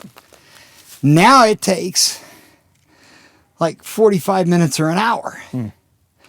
Well, back then that was 2 miles, and now it's 2 miles. It takes about 2 miles to warm up. Yeah. Regardless of what speed you do it, it takes about 2 miles to warm up. Yep. For me. That's funny. I would have never thought of it that way. I used to always say it takes me about 20 minutes, which I was, running 10-minute miles. So it took me 2 miles. So when you're 70, it'll take you an hour. But distance. It is harder for me to do 50 miles in 24 hours now than it used to be to do 100 miles in 24 hours. The training, the preparation, the race strategy is all exactly the same. Yeah. the distances change because I'm so slow, but your fatigue from a race is time on your feet. So when you ran those races with the guy that ran 4 hours faster than you, you ran a harder race than he did. Yeah. Now, the quality of your performance might not have been as good. Right. There's other things to consider. Up here is the cave with Jesse James' treasure. You know about Jesse James' treasure, right? Well, I know about Jesse James, but I don't know about his treasure. He lived in Nashville. Okay. And there is, of course, a forever rumor that he put a treasure in a cave, hid a treasure in a cave in Middle Tennessee. Okay. And this is the cave.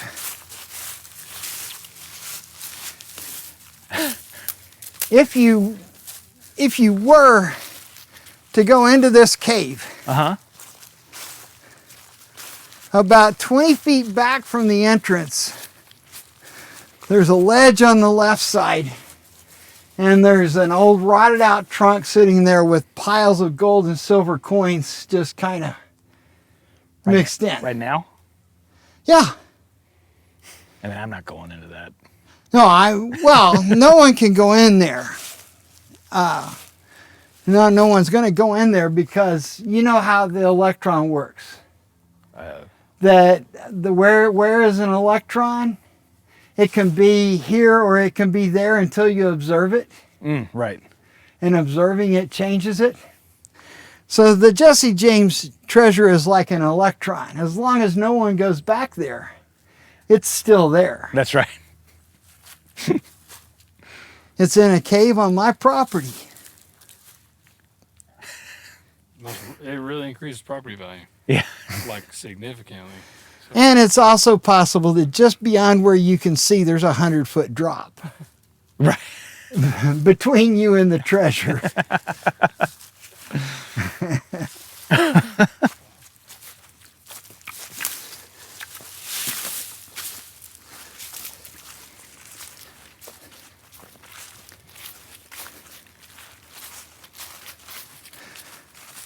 So Allison was Sandra's friend.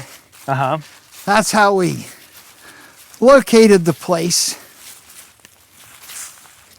So we moved out here, and in the way of all white people, one of the immediate things was she could walk back in because they were working together on a little card making business. Okay. So she was going to walk back and forth from our house to Allison's house every day. And that way she'd be in shape and do her business and get to walk in the woods. So I took her and I showed her the way. And then I went to work, and when I got home from work, she had spent virtually the entire day lost in her own backyard. I saw that coming. She wandered around for hours until she stumbled across that cave and then knew where the house would be. That's hilarious. So she made me go out with her the next day with an old sheet. And we tore the old sheet into strips as we went. And every strip hung where you could see from one strip to the next. But I don't think she ever walked to Allison's house again. When we first came here, that tree was it was hollow already, but it was still up. You can see the remnants of it laying over there. It's still alive. Really? Yeah, see that one branch? Yeah. That's crazy. But it was closed in so that was like a little compartment inside. Yeah. Laz, have you liked trees, geology and stuff your whole life, even as a kid? Yeah. Grew up liking it? I like outside. Yeah. I actually I believed that you could never get enough outside. You know, I spent my childhood at school looking out the window wishing I was outside. Yeah. Then you spend your adulthood at work looking out the window wishing you were outside. Right. If you're even lucky enough to have a window.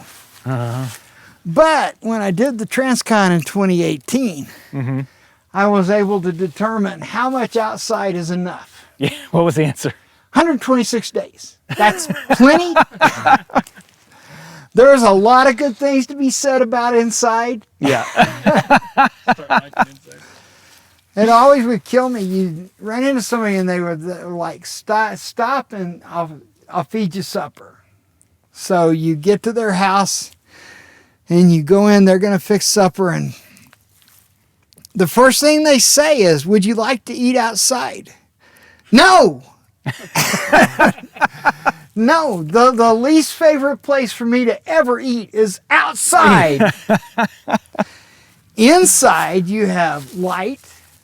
Your food stays warm. Yeah. There's no bugs. No bugs. There's no Yep. wind. Yep. Yep. What the fucking hell? Why would anyone ever eat outside? Oh. Yeah, this one needs to be gotten rid of. Yeah. I don't mind carrying the chainsaw this far. So by the time we get back to your house, how far did we just go? I don't know. We could take one more turn and see a little more. Well, I think it's good. I want to do that one last quick one. I know that you've given us a lot of time. If you've got time for one last quick. Yeah, I'm hopelessly behind either way, but I am whittling away. We changed the computer systems. The story of the backyard has been, every year it has outgrown what you have to deal with it. Yeah.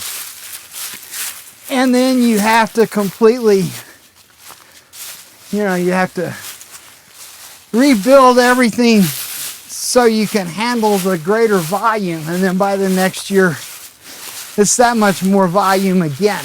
Right. So this year we made a change from, there's deer scraping. Yeah. Nice. We have had, and the farm is on his range this year, a great big buck, which usually means you're going to have a real problem with poachers. We had, they very rarely get huge here. We're in the process of breeding key deer. Okay. I don't know about that. The ones that get big get killed. Okay. Oh, I see.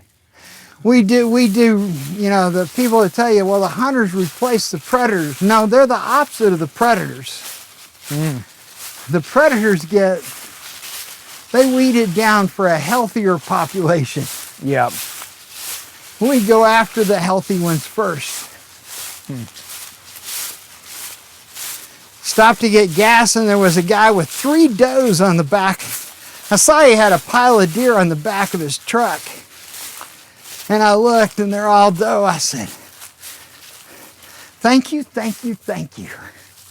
Please shoot more does. They're so overpopulated. Really? There's very soon we'll be devastating the woods because they're just so overpopulated. Right now, the limit is like $3 a season, 5 does a day. Oh my goodness. Whoa. Oh, thanks. But this guy was smart. He's hunting for the freezer. Yeah. You don't even want to kill the fucking bucks. Right. In Texas, we had such an issue with Pigs? the pigs that you could unlimited kills, and you could shoot them from a helicopter. So That's why you have so many pigs. Unlimited kills? Yeah. Tennessee had a pig problem in like 4 or 5 counties in front of the Smokies where they brought the pigs in for hunting in the Smokies. And it was a back and forth. They never got rarely they would get as far as Frozen Head because you could go through there through continuous wilderness. Yeah. When a pig showed up at Frozen Head, because we were among the ones that went in the back country, we'd see the sign and tell the ranger, and they would take care of it. then the hunters group went to the legislature and said, if you'll give us unlimited pig kill all year long, the hunters will take care of your pig problem. So the way I found out about it, I was reading the paper back when we had newspapers, and they had stopped a truck on the interstate that had like 189 pigs on it. And I thought, why in the hell are they arresting people for pigs? And then I got to reading, well, now we have 89 counties with pig problems. The hunters took the pigs and spread them everywhere in the state that a pig could live. So your unlimited kill will never reduce the number of pigs. The hunters are putting them back so they can shoot them. Oh my gosh, interesting. For sport? Just for sport? So they got rid of the unlimited kill, but the pig problem is still I mean, once it's rooted in that bad, yeah, it's still a struggle. That frozen head, they're terrible. I mean, there's hundreds and hundreds, probably thousands of them around frozen head. Wow. And so you can't, it's not like when one family of pigs moved in and the ranger goes out and discreetly shoots them all in the back country. It's where you can't kill them as fast as they're reproducing. Wow. So they got rid of that. This was, it's when there was newspapers, so it would have been in the 80s. And they rescinded that law because it was clearly counterproductive. The number of pigs was multiplying exponentially. And then, so the pigs continue to be a problem. Somebody's walked on my wall, god damn it.